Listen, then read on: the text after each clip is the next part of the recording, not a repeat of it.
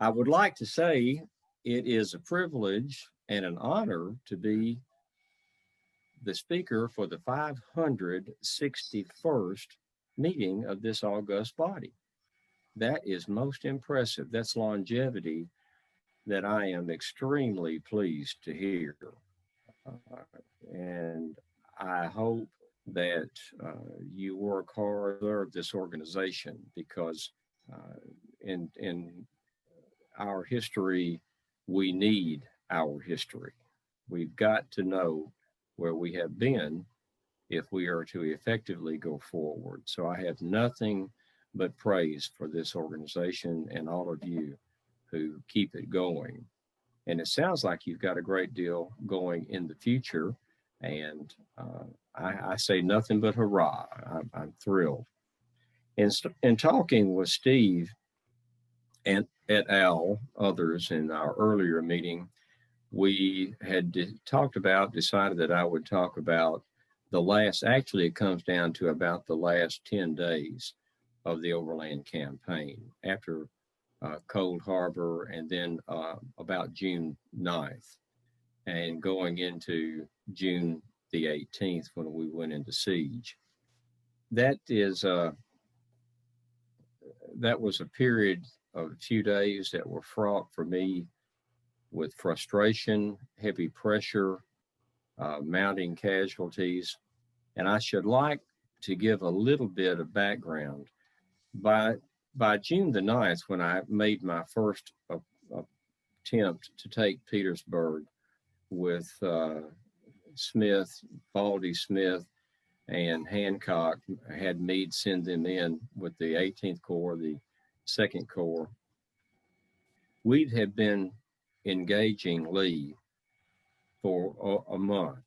We crossed the Rapidan River the night of May 4th and 5th. I took 110,000 troops across 7 bridges, 5 of them pontoon bridges. And my supply train had 4,000 wagons in it. And one who keeps up with such things told me that if you put those horses and wagons nose to tail, they would stretch more than 90 miles. My first wagon would be entering the city limits of Richmond, while the last wagon was still in Washington City. I meant business. A particularly poignant moment for me was the night of May the 4th, close to midnight, when I was sitting my horse with my congressman from Galena, Illinois, Elihu Washburn, and other staff members, but a young lieutenant colonel named Theodore Bowers. He is the fellow that said I looked like I was about to put my head through a brick wall, and which he thought I might be offended. I just laughed. But he said something else that I should like to tell you. As those soldiers were marching past us, and we were up on a promontory, and our hooves of our horses were about even with the heads of soldiers marching past, I was dressed in as I am now, buttoned up. I had on a sash and the first sword I'd worn since Shiloh. And because I do not wear a frock coat in the field. But I knew that those soldiers were all to the man soldiers who had never seen me. Indeed, I'd only taken command on March the 9th, and this is April the 4th, 3rd and 4th. So I wanted them to see me. I wanted them, at least some of them, to have an idea of what I looked like. And as they were marching by, one of them said, in the comfort of the anonymity of the ranks, one of them looking up at us, with Washburn sitting to my left, said, "Well, looky there, there's Ulysses himself." And one of them replied to that soldier, "Yes, and it looks like he's brought his own damned undertaker with him." Because Washburn had on a black suit, that undertaker-looking suit, and the soldiers were at that point joking, "It looks like I had my own undertaker with me." Bowers said something that proved prophetic in a sense. He said, "Wouldn't it be interesting, General, if every man coming past you who was going to be wounded or killed had some kind of badge upon his person that would indicate such?" And as it turned out, by the end of the campaign, or about the time that I'm going to talk about a bit tonight, that would have been full 50% of those men. The casualties by the end of the campaign between myself and the Army of Northern Virginia was well over 100,000 killed and wounded, some 18,000, as I recall, killed. Bloodiest campaign we'd seen. And I want to emphasize my intent in that campaign. And it goes into what I'll address about approaching Petersburg. I knew that the only way to defeat Robert E. Lee was to engage him and keep him engaged. For the 3 years prior to my taking command, every general that had led the Army of the Potomac, a general in chief, but every general leading the Army of the Potomac, some 7, I believe it is, or maybe 6, unless you count George McClellan twice, and I know George certainly does. Every time they went across the Rapidan or the Potomac or the Rappahannock, whatever river they crossed to engage Lee, he would maul them. And they would go limping back across the river, lick their wounds, rest, refit, and get ready for another sallying forth across the river to take on Robert E. Lee. My feeling on that was, first of all, my philosophy of war is very simple. You locate your enemy as soon as you can. You get to him as fast as you can, and you hit him as hard as you can, and you keep hitting him and keep moving. How simple can that be? And I believe it was the great warrior Khomeini who wrote,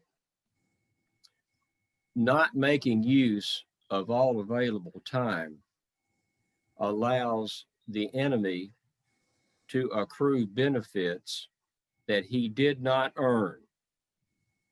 Not using your time allows the enemy to accrue benefits he did not earn." Now, while I have said frequently, those who, and the Federal Army leadership has been plagued with this, I feel, the man who devotes himself to enslavish obedience to the rules of war is doomed to failure. And I believe this war has proved that time and again. This is a different war.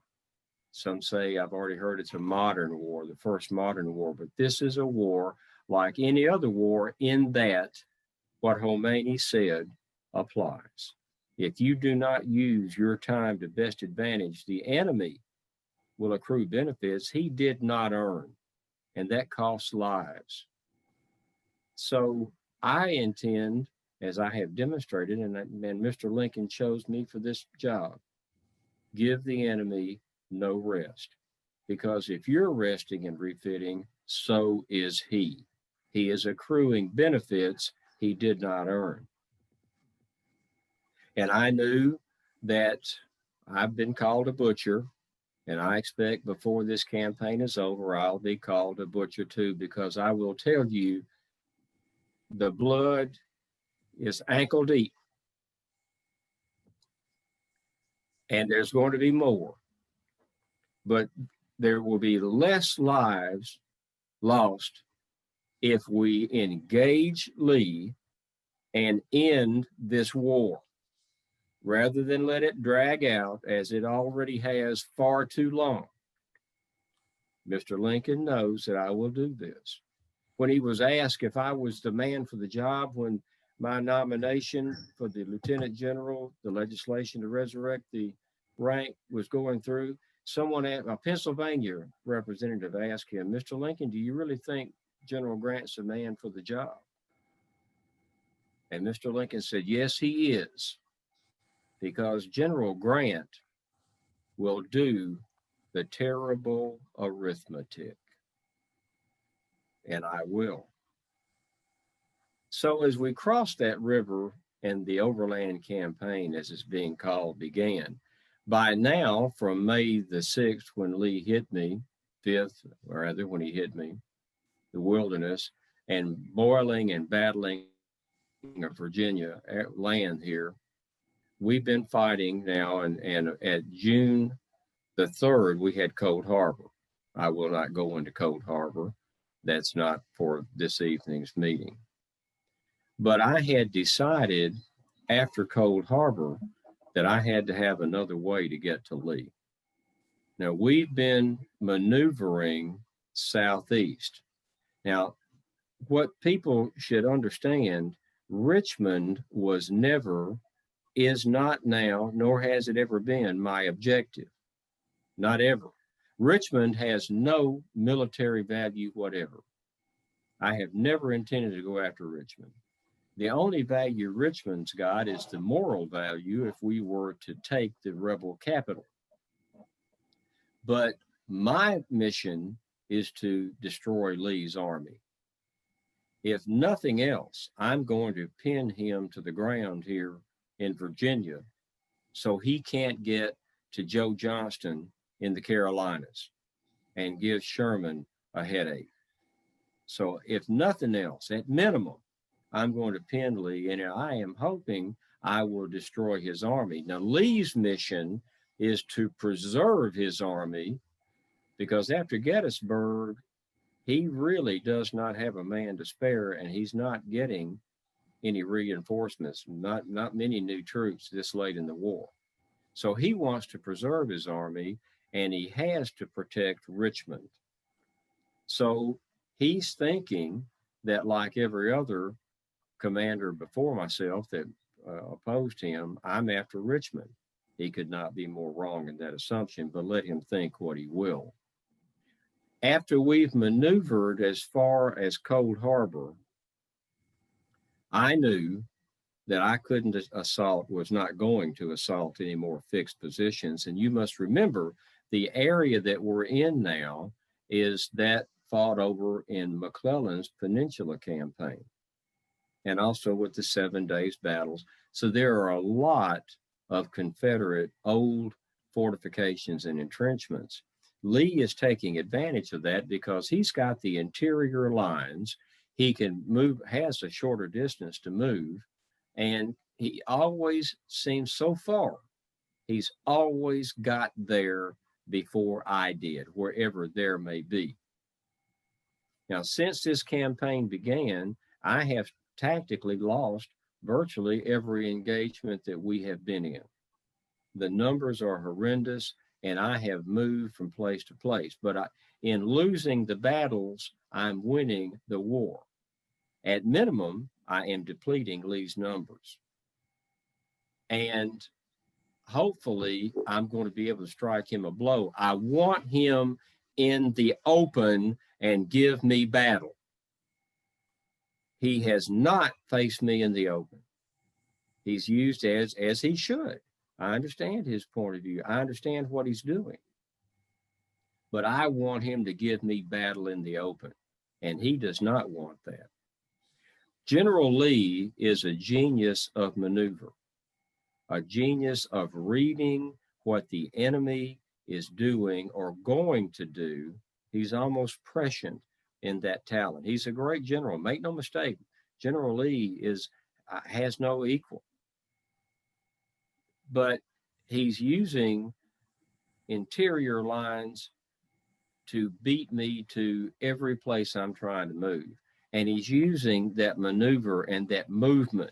He has lesser numbers. I started with 110,000. He started with about 60,000. And because of reinforcements coming in, we're both still at about the same numbers that we began the campaign, as hard as that may be to accept. But he depends on that lightning move. He depends on getting there, wherever there may be, in front of the enemy and hitting the enemy with surprise. And I've been able to do away with much of that surprise, but he's still got that maneuverability, his strong suit. I too want that maneuverability, but I will also use my superior numbers to press him and overwhelm him if I can only get him to give me battle in the open. By the time we got to Cold Harbor and that horrendous loss there of numbers, I knew that I've got to take a different tack. And as I looked about that central Virginia area, I've got Butler in the jug at Bermuda 100, and he's been there since we started the campaign, I believe since June the 7th. Beauregard put him in the jug, and he's been virtually useless to me. But he's still there. I'm not going to hit entrenchments anymore if I can avoid it. And the shadow of Cold Harbor is a cold one that is a pall over the Army. And I do not want to put my soldiers through that test again. And while I've been maneuvering in the Richmond direction, it occurred to me, I'm not going to even attempt Richmond. I'm going to go around Richmond, and I'm going to Petersburg, because Petersburg is the more important target. Petersburg has 5 railroads going into it, all the railroads from the south, and Lee is getting all of his supplies. Petersburg is very much akin to your heart, with 5 arteries in your heart, and it's being fed the blood and pumping the blood out the other side of the heart. If I can squeeze those arteries shut, the heart will die. And that's what I want. So I decided to sidle again around to my left, Lee's right flank, and I'm in between him or he's across the North Anna River. I want to go south of the James. I want to go south of the James. But I've got to do it without Lee knowing it. And that's going to involve going behind Ben Butler at Bermuda 100 with the river to my back, with my backside to Lee, and getting across that river. So I had sent out on June the 9th, in the few days between Cold Harbor and June the 8th, I'm thinking about where to go, what to do, and how to do it. And I came up with the idea of going for Petersburg. And I sent Baldy Smith and Hancock out to, or rather Couts, to go against Petersburg, and Gilmore, Quincy Gilmore with infantry, and Gus Couts with cavalry, both a division. And I sent them against Petersburg. Gilmore is a good engineer officer, but he's not yet a competent field commander. And when he probed those defenses at Petersburg, he was hesitant. And Couts is off to Gilmore's right, and he's coming in with a division of cavalry. Now, he was the opposite of Gilmore in that he hit everything that got in front of him. He made 3 different attacks against Confederate positions and was repulsed 3 times. Over to his left, Quincy Gilmore is probing the lines there at Petersburg, and he doesn't know that there are only 3,000 men defending Petersburg. The rebels are calling it the Battle of the Old Men and the Young Boys. There were militia, invalid corps, boys old enough to carry a gun, some maybe not old enough to carry a gun, and only 3,000 of them. Beauregard's there by now, been called there, and he's having a struggle with defending Petersburg with what he's got, but he was able to fool Quincy Gilmore, and Gilmore and Couts get together. They did not take Petersburg. They could have. In retrospect, they understand that, but they couldn't take Petersburg. So that was my first attempt to get in Petersburg on the 9th of June.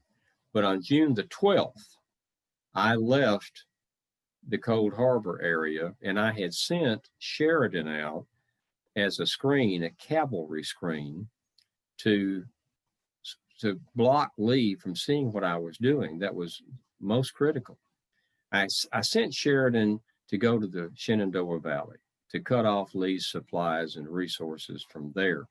And he rode off and to screen what I was doing as I moved to the southeast to go across the James River. Well, Sheridan did not fare so well. He ran into Wade Hampton and Hampton's Legion there, cavalry. Hampton's now replaced Jeff Stewart. And for the next 2 days, Hampton handily whips Sheridan. A bad 2-day battle. Sheridan pulled out, comes back to me with Wade Hampton chomping at his heels for him to get back to me. But I was able to get away. I stole a march on Lee. And I went between the James and the back of Butler, got to the James River, and it's 2,000 feet wide there. My combat, my pioneers, went to that river, and in 8 hours, they should all get a Congressional Medal of Honor, because in 8 hours, those engineers built a 2,100-foot long pontoon bridge, the longest in the war. And they built it on a river that has a 4-foot tide that goes up and down. And they built a road on each side of the bridge. And they did that in 8 hours. And for the next 2 days, I take my army across that bridge, and I'm on the south side of the James. Well, in moving on Petersburg, the critical days are the 15th, 16th, and 17th. On the 15th, I sent Meade, or had Meade, send Baldy, Smith, and Hancock to Petersburg. Smith has got the 18th Corps. Hancock's got the 2 Corps. Smith has got about 10,000 men. He's got Gus Kautz's cavalry with about 4,500. And there are 3,700 USCT. And they move against Petersburg. And Hancock is ordered by Meade to go to Petersburg. But Meade, there's a breakdown here, because Meade apparently did not understand that I wanted to attack Petersburg. So his orders to Hancock have no urgency. Hancock, in fact, waits or is delayed for 6 hours before he even moves. When Smith gets to Petersburg, he engages Beauregard. He assaults Petersburg, and he's tentative, but he opened a 1.5 mile wide gap in those lines. And he more or less ground to a halt. Now, by the time Hancock gets there, he just goes into position. He doesn't throw into the attack. And I was surprised and frustrated that Baldy Smith stops, and not only does he stop, but he wants to get with Hancock in the 2nd Corps and swap out his veterans who've been fighting all day with Hancock's fresh troops. That's understandable. But it took until 11 o'clock that night to get all of those men in place. So the day is lost. We couldn't take them on the 15th. Beauregard hits them all night and in night attacks and doesn't do much more than keep everybody awake. But we didn't take Petersburg on the 15th. Now on the 16th, Beauregard is telling General Lee, you need to come south of the James. Grant is here. Lee does not believe that I am attacking in force. Lee made a mistake, one of the rare mistakes that General Lee made.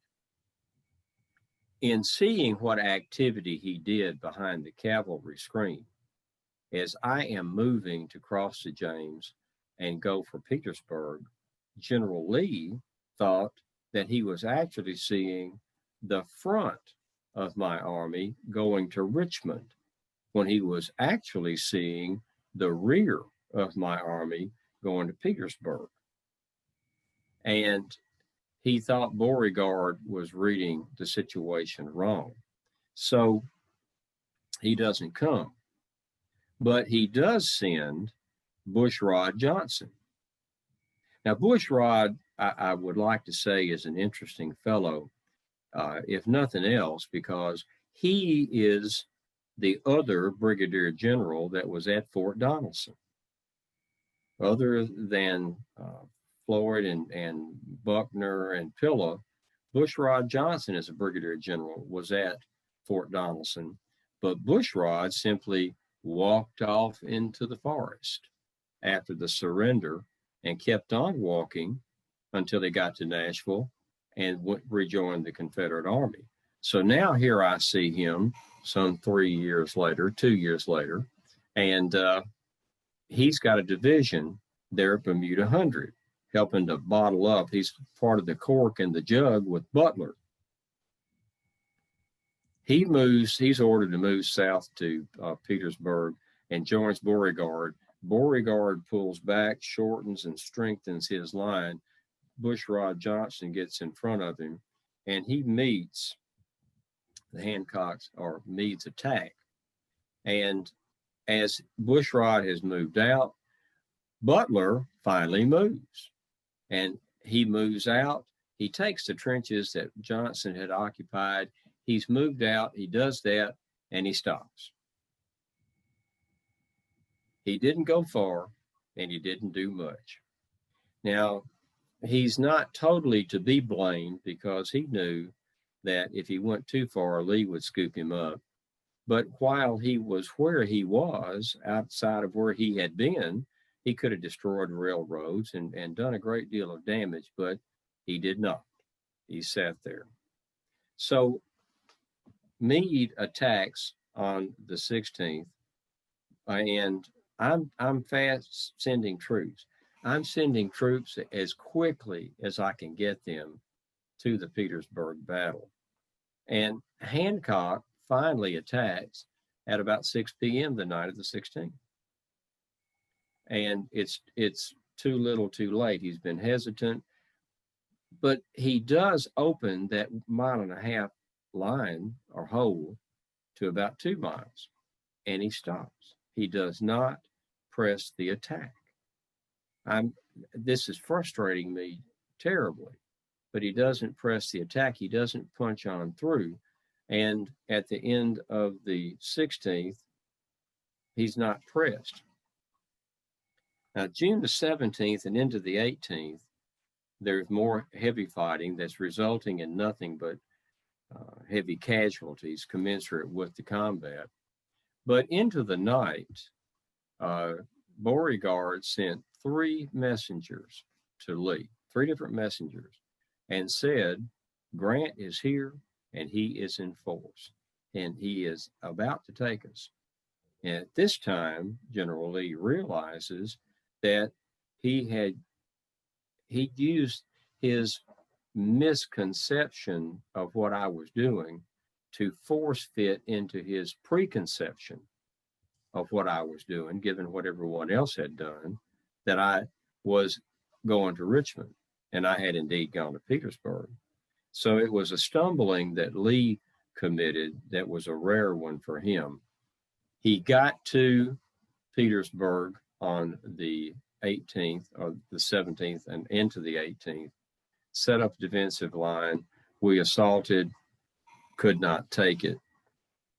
And by the end of the 18th, we've ground to a halt. And it was after the 18th that I realized we are stuck in a siege position. And I did not want that. Lee, I understand, had in fact told President Davis that if he gets cornered in a siege situation, it's only a matter of time. So I ordered all arms to be moved as close to Petersburg as possible and dig in. And we were into a siege situation. I couldn't move anymore. I kept wanting to sidle and force Lee into fighting me in the open. I was not successful, but what I was able to do was to keep going around to the south and the southeast and sidling and stretching Lee's line. I knew that ultimately he would snap, that he couldn't hold out if I stretched him far enough. So I kept moving. Lee could not move. He's caught in there in a wedge between me and the river and the swamps and could not move. And I know that must have been a supreme frustration for him. And he also realized, as he had said himself, it was only a matter of time. And as it turned out, it became a matter of time, a long time. I didn't want a siege. I'd been through one at Vicksburg that lasted only 47 days. And I used the term only with great caution.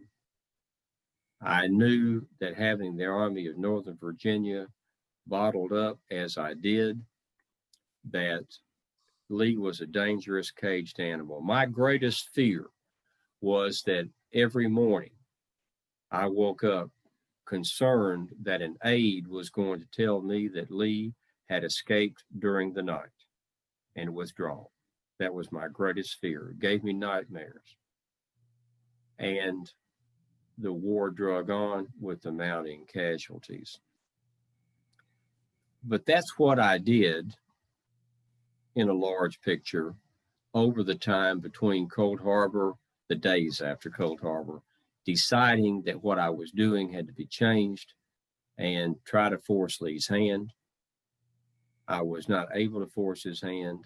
I got a lot of the back of his hand in those days following. 2 attempts to take Petersburg, one on the 9th, the 15th, 16th, and 17th, into the 18th, a second time, and we went into siege. And neither one of us wanted that. Now, I have said quite enough. Are there questions? All right. Let's see here. Yes, we do. We do have some questions, and we can get started with that. But we can also, if you want to ask your own question, and you want to send a chat to everyone, then Steve, or I'll let Steve do that. He can announce you, and then you can unmute yourself and ask the general your question directly, if you'd like that. Or if not, we can ask the general your question for you. Either way. But since it's already been sent, Steve, you want to take over? I'm sorry, I didn't mean to step on your. I made a couple of notes, and Dan Zeiser, as usual, was first with a question. If you were to recreate your move on Petersburg, General Grant, is there anything you would do differently? What lessons were learned? That's a good question. I think, and I think is a dangerous expression. Always beware what follows the words I think, no matter who says them. If I could have gotten the communication to Meade about I want to attack Petersburg, and him communicate to Hancock the urgency of what I wanted to do. We had thousands, tens of thousands of men. Beauregard had 3,000 old men and boys, and they were a tissue paper defense. I had on the 9th, Quincy Gilmore, a good man, a good officer, a good engineer, but not skilled in combat command. And he had a division. He could have pressed on through. So if I could get my commanders in the field to understand the urgency of moving and attacking and acting with alacrity to carry those lines, then we could have shortened the war by nearly a year. Now that's an estimation, but that's what I would do if I could do it over again. Then I commend you. That's an excellent question. I don't often answer I think questions, but that one merited an answer, because that is indeed what I could do, or I would do. Could I do it again? We have another question, actually a comment and a couple of questions, and I'll ask them one at a time, from John Fazio.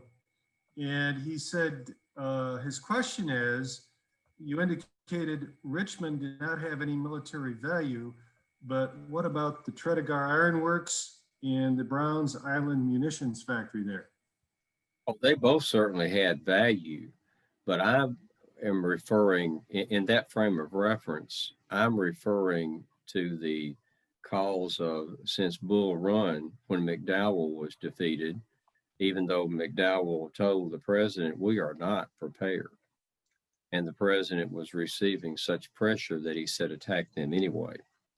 The on to Richmond call does not apply. Richmond has no military value. Now, the Tredegar Iron Works, yes, they do. Certainly to take that capacity away from the South would have hurt them.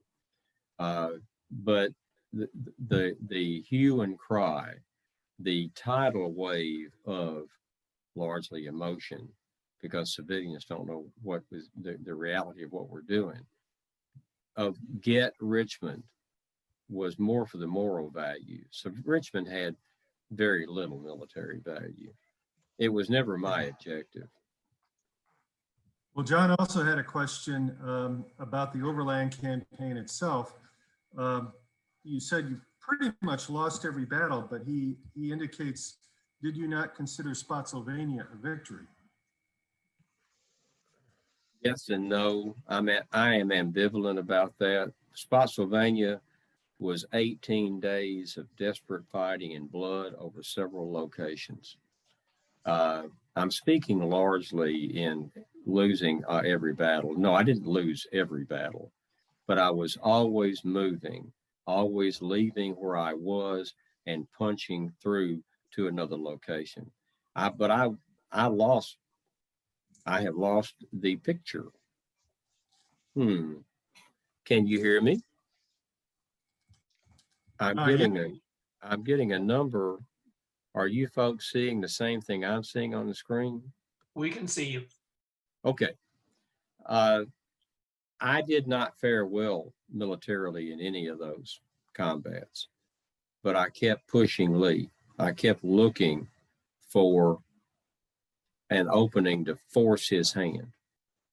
So I pretty much lost all the battles in order to win the war. I did have I would like to say, I thought, I reported my casualties for those first few days in through Spotsylvania as moderate. And I got a telegraph from Secretary of War Stanton, and because he apparently never sleeps, and he likes to get into the telegraph office at about 10 or 11 p.m. and then send me telegraph after telegraph. And of course, being the Secretary of War, I talked with him, and he took me to task. He said, why did you not tell me what your casualties were? You've been reporting your casualties as moderate. My God, man, we've got wagons rolling into Washington City in these hospitals 24 hours a day with dead and dying. What do you consider moderate? Why didn't you tell me the truth? And I said, because I knew you'd call me back, and I did not want to come back. So perhaps they were more than just moderate, but he didn't call me back. We have a question from William Vaudreuil. What, if anything, did you learn from the mistakes made by those who preceded you as the top U.S. Army general during the War of Rebellion? I learned and acted on this immediately. When I got the reins in my hands on March the 9th, for the first time in 3 years of war, I was able to have all of the 5 major armies working as one. Until I got command and was able to consolidate that command, we were much like, to use a heart analogy again, the federal military war effort was like a fibrillating heart. We had armies all over the theater of war, Western, Eastern, Trans-Mississippi, and they were all acting independently. What we've been doing, is fighting mini wars, M-I-N-I. And every time an army made a move, the Confederates were able to get somebody in front of them, and it became one army versus another. What I wanted to do and was able to accomplish was to get all of those armies, Butler in the James and Hunter or Franz Sigel, or rather in the Shenandoah, to get Nathaniel Banks down in Louisiana and Texas, Sherman in Tennessee going into Georgia, and myself in Virginia. And all of us to act in concert. All of those armies moved at one time with specific objectives. We became a juggernaut that the Confederacy could not stop. We were like a runaway wagon down a mountainside. We were too big and too heavy for any one entity to stop us. It would have been good if Butler had not gotten himself and about 30,000 men with the Army of the James bottled up there at Bermuda 100. And it would have been good if Franz Sigel could have taken the valley, and he didn't. It would have been, if we could all acted in concert and acted as I wanted, it would have been a very effective movement. But I was having to work with just 3 armies that were functional. And Sherman was moving on Atlanta and having success, Kennesaw Mountain notwithstanding. Sherman was having success going against Joe Johnston. But I learned have coordination of effort, and I learned the communication was all important. I'm the first general to travel with a mobile telegraph unit with every regiment. In fact, I've got diagrams. I use diagrams of the wagons and the spools of cable. And every evening when we go into camp, the telegraph team for each regiment runs wires back to headquarters. There are more wires to division headquarters and then those into my headquarters. So I will tell you that on most, almost without exception, when the Army of the Potomac went into camp, within about 2 hours, I had direct communication with every regiment. And that was invaluable in what I was trying to accomplish. So I'm the first general to use the electronic communication to such good effect. So I learned that communication, be innovative and use the latest innovations, have coordination of command, and the leadership of trying to infuse into my subordinate staff the sense of urgency. One of the few times I lost my temper was when one of the staff generals came back and said, "Lee's coming. Lee's coming. He's going to hit us. Oh, woe is me," and nonsense like that. And I'm ashamed to say I lost my temper, and I stood up and said, "I am heartily sick of hearing what Lee is going to do to us. You all seem to think he's going to do a double backflip somersault and land behind us and on both flanks at the same time. What I think you should do is all of you go back to your commands and think about what you are going to do to lead. And I left that meeting, that gathering. I felt bad about losing my temper, but getting the sense of urgency to my command staff, I would do that again. That was a lesson that I learned. I have a question here from Jim Heflick that kind of follows up on that. And he is confused on how could Meade misunderstand your wishes to attack, as attacking had been the prime theme of all the battles of the Overland Campaign? I don't know. I think that my sense of urgency was always present, paramount. Meade, I understand that Meade wrote a letter or several letters to his wife where he made references to my taking command. Now, I don't think Meade at all was miffed that I was a lieutenant general and had general-in-chief command. But I understand, he had no feeling, I think, of being passed over. But Meade was, I think, at least initially disgruntled with me because he wrote his wife on one occasion. He said, well, I understand they picked Grant to be lieutenant general. Well, I'm curious to see what he's going to do, because Robert E. Lee is not Buckner or Pemberton.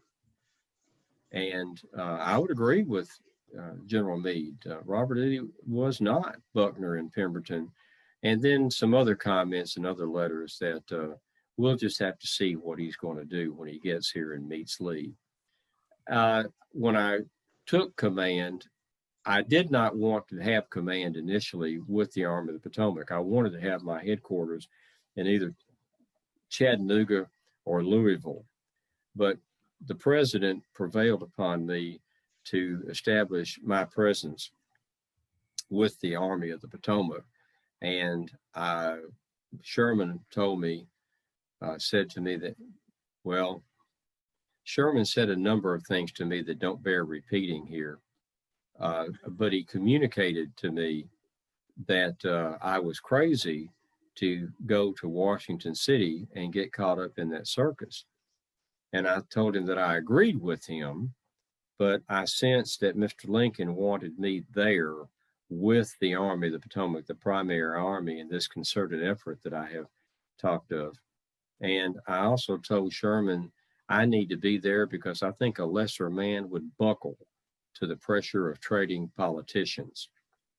I told Meade, though, that I would establish, and did, my headquarters out of sight of his headquarters, to try as much as possible to differentiate between his headquarters and my headquarters, so that people would not come to me, because you must remember, I was not the commander of the Army of the Potomac. I had other armies. I was commanding nearly 1 million men under arms.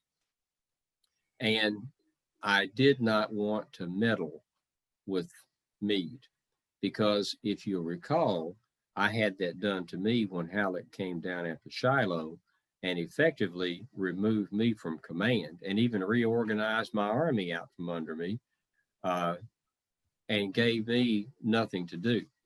So I knew how it felt to have the boss come in and take your job away from you. And I did not want that. I didn't want command of the Army of the Potomac. I said, I will never issue an order except in matters of contingency that require my immediate action. And I stuck with that. Now, by the end of the war, our headquarters had come together. We got closer and closer as the time drug on. But I did not usurp Meade's authority.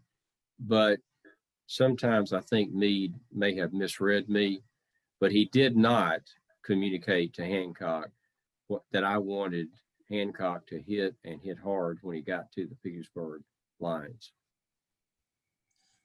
Quick question from Gene Claridge. who has a question about the Battle of Chattanooga, if you don't mind making a couple of comments on it. Not at all.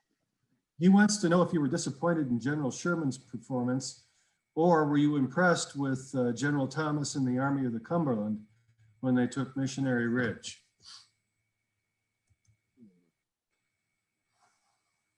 No, I was not disappointed in Sherman's performance, although he didn't get where he wanted to be or where I wanted him to be. I did praise him for his efforts. No, I wasn't disappointed in him. I was disappointed that he did not achieve his objectives or in a timely manner. The issue of George Thomas, I should tell you a brief anecdote about that. We had Thomas and I and our respective staffs were sitting on Orchard Knob in Chattanooga. And if you ever have the opportunity to go to Chattanooga, I urge you to go to Orchard Knob. Because when you stand on Orchard Knob, you can look across that valley and see how Missionary Ridge rises up and it slants like this, about that angle. And think about me sitting my horse on Missionary Ridge, looking across that valley to the top of the ridge to Bragg's headquarters, which were on the very top of the end of the ridge, looking at me. Initially, we had issued the orders to go to take the first level of rifle pits. Now, this is combat. These men in the Army of the Cumberland were bottled up for weeks upon weeks and nearly starved to death. 10,000 animals, mules and horses, did starve to death. Some of those men were absolutely naked when I got there on the 22nd of October. They were down to quarter rations. Scurvy had even set in some cases. And I got them fed. We took Brown's Ferry and established a cracker line, and all this was done within 5 days. But I only did my plans were exactly what Rosecrans told me when he was leaving Chattanooga and I going in there on Waldron's Ridge. And I wondered, as he was talking to me, why did you not do what you're suggesting? When I ask you, what would you do? And he enumerates everything that I had planned to do. And I thought, why did you not do what you're telling me that you would do?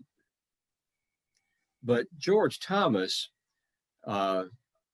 we reputedly do not have a good relationship. Now, I would dismiss that. We do not have a bad relationship. We're not the best of friends. He's a completely different personality from my own. And I don't think he was happy with me replacing Rosecrans with him. And he and Rosecrans are very good friends. I don't think he was happy with that. The night I got there to his headquarters, I was soaking wet. I was in pain. When at Shiloh, Fox, my horse, had fallen on me and nearly crushed my left leg and thigh. And I fell again. That was on April the 4th. On September the 9th in New Orleans, Banks had put me on, I think Diablo was the name of that black stallion. And train whistle blew when the engineer went past me as we were leaving Carondelet suburb for an inspection, troop review. Engineer recognized me, and when he got right beside me, he laid down on that whistle. Horse bucked up and fell back over. One of the staff officers there said, "We thought Grant was dead," because I didn't move and neither did the horse. I want it known, though, the horse did not throw me. I stayed astride that horse and was lying on the ground with my left leg under him, and both of us stunned, and I was unconscious. The horse finally regained consciousness after a few seconds and stood up. They pulled him up and pulled me out from under him.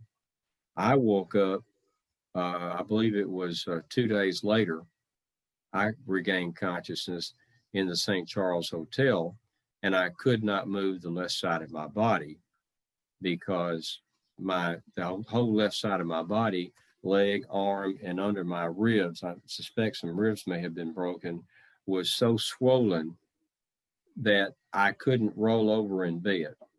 And I laid abed there for about 10 days and finally was carried back to the boat and went back to Vicksburg to my headquarters. Now, that's on September 9th.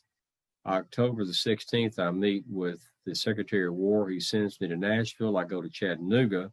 Got to Chattanooga the night of October 21st. Heavy rain, gone up Walden's Ridge, 60 miles in heavy rain and darkness.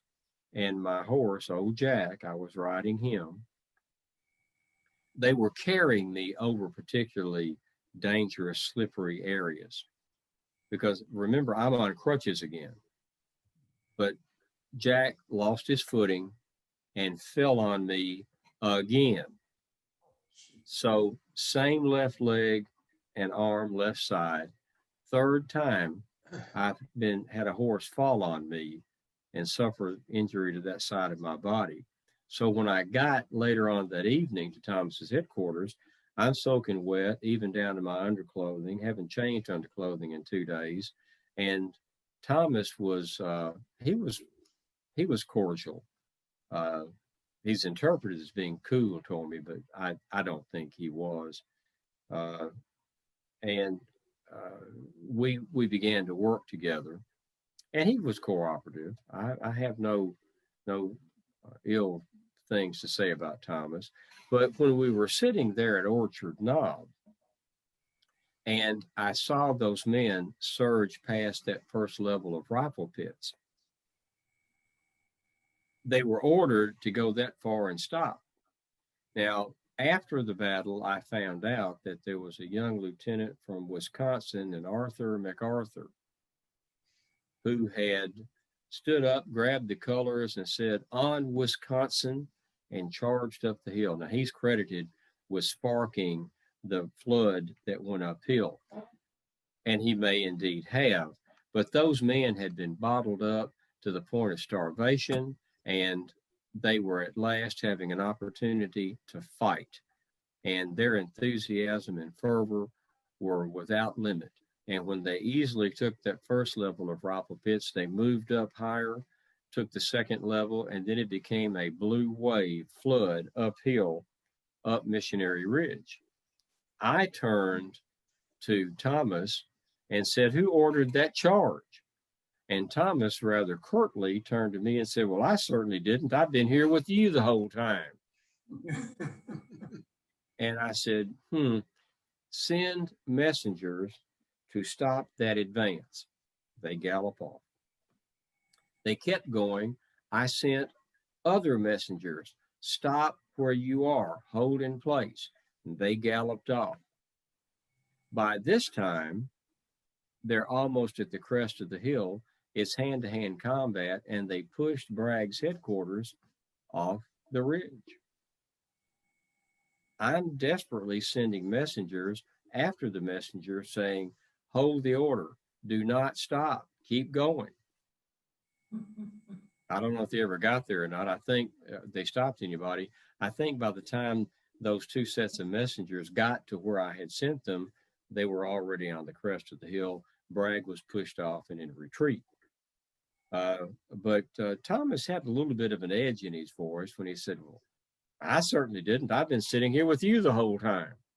So I realized I was indulging in a bit of who's responsible for this leadership, and thought, I don't need to do that. And I stepped back from that demeanor.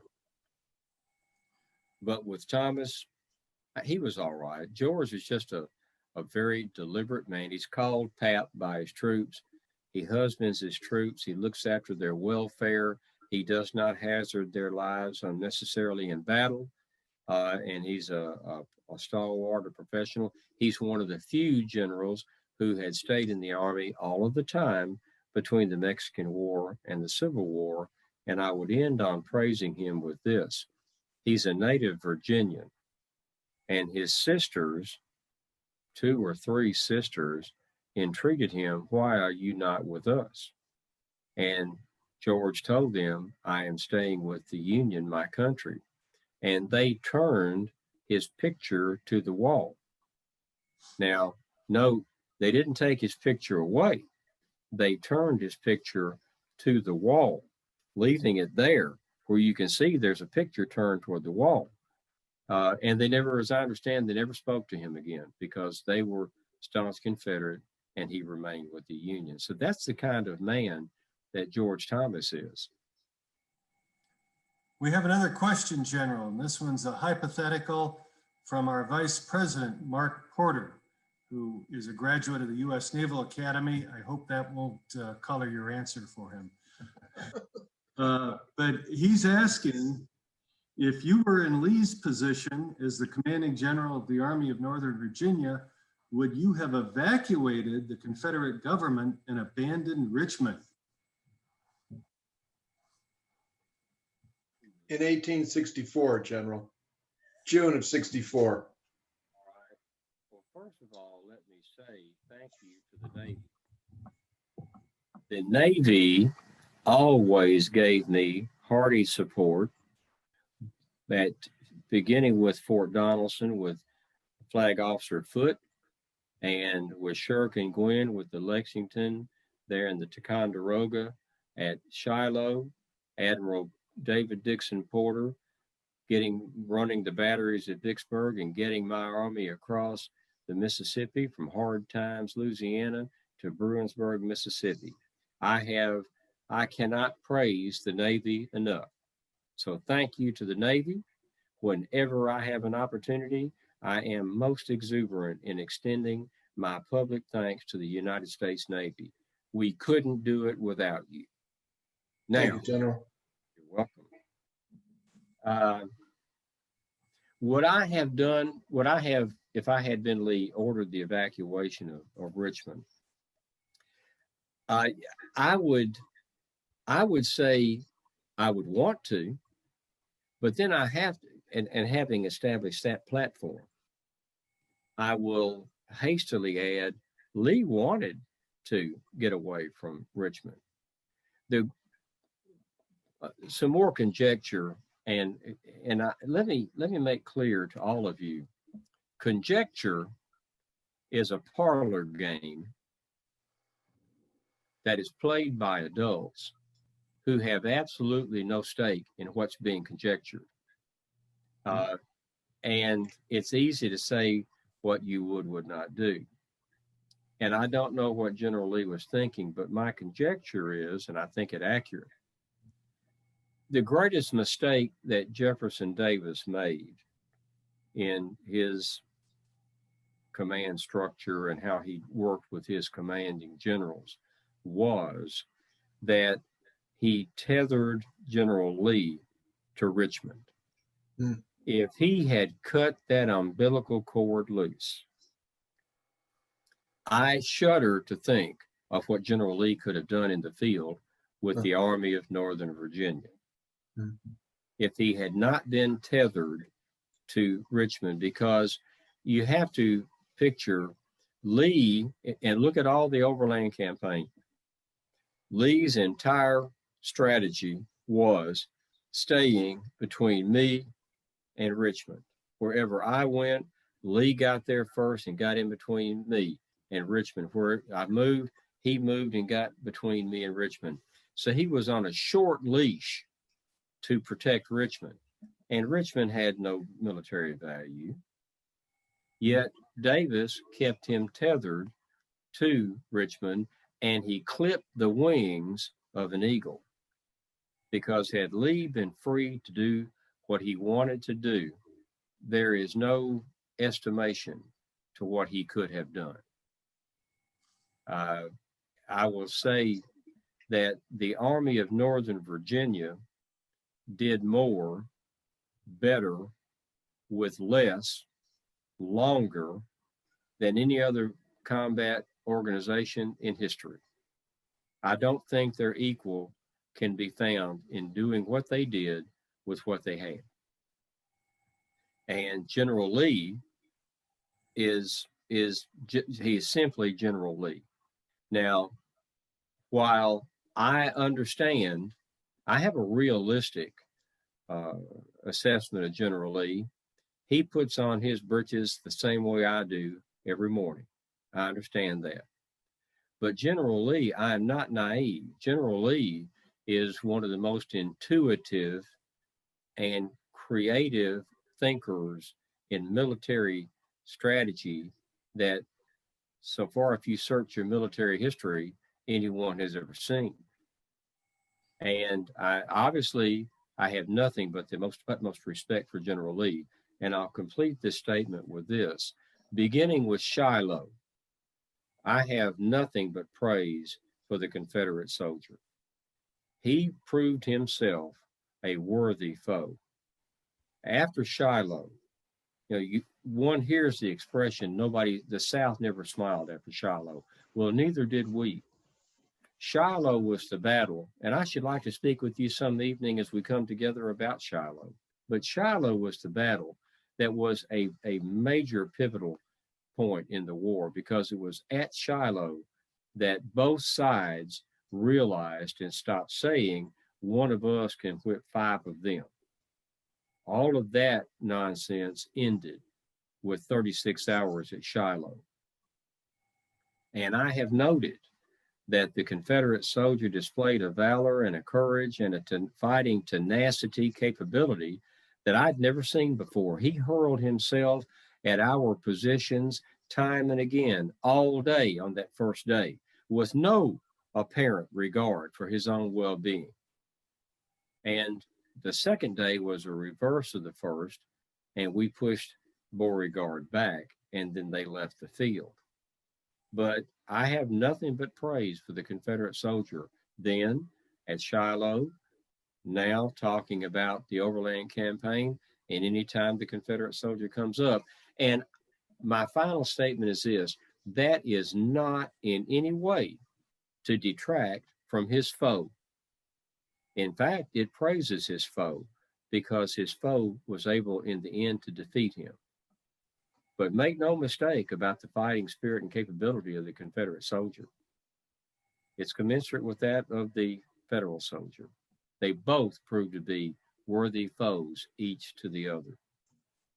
But if I had, in summary, General Lee, if he could have, I think would have evacuated Richmond and been cut loose to do what he did best: fast maneuver and hard hitting. Excellent point. One of the few conjecture questions I answer, but for a naval grad, I'll do that. I would have a follow-up later on, General, if you can. Well, go ahead, Mark. You sure? Go ahead. There are others. Okay.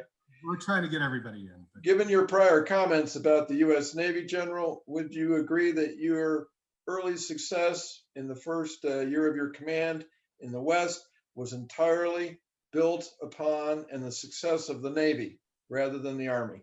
This is what I get for letting him go. No, I wouldn't say entirely.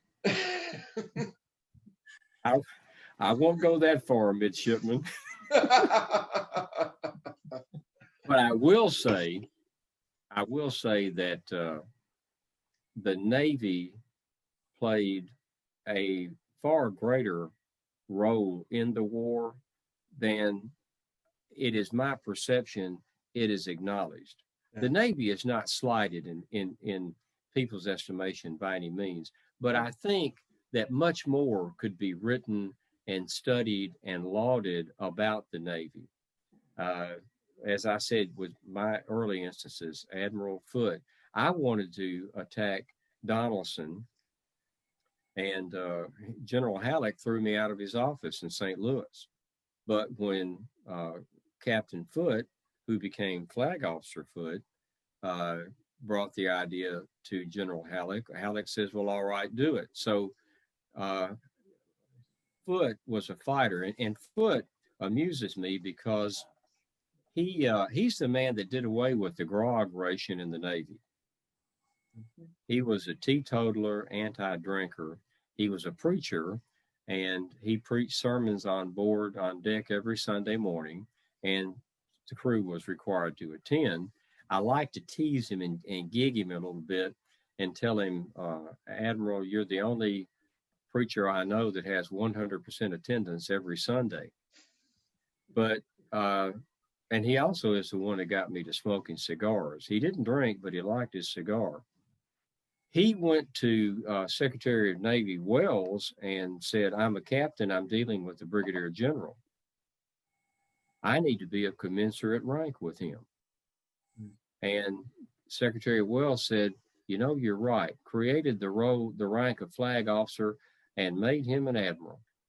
So I like Foote, and he actually received at Fort Donelson. Shirk and Gwynn, with the Lexington and the Tyler there, I said Ticonderoga, the Lexington and the Tyler at Shiloh, they did what they could. They, being as the battle is what it was, they kept lobbing those heavy mortar shells into the Confederates all night long, every 15 minutes.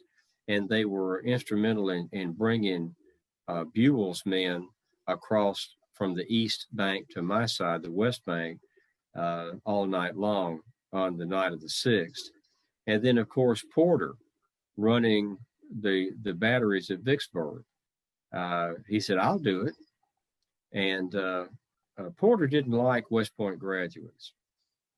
And the first time that we met, I can't imagine that. I tried to talk with him about that. But the first time I met him, I was wearing civilian clothing.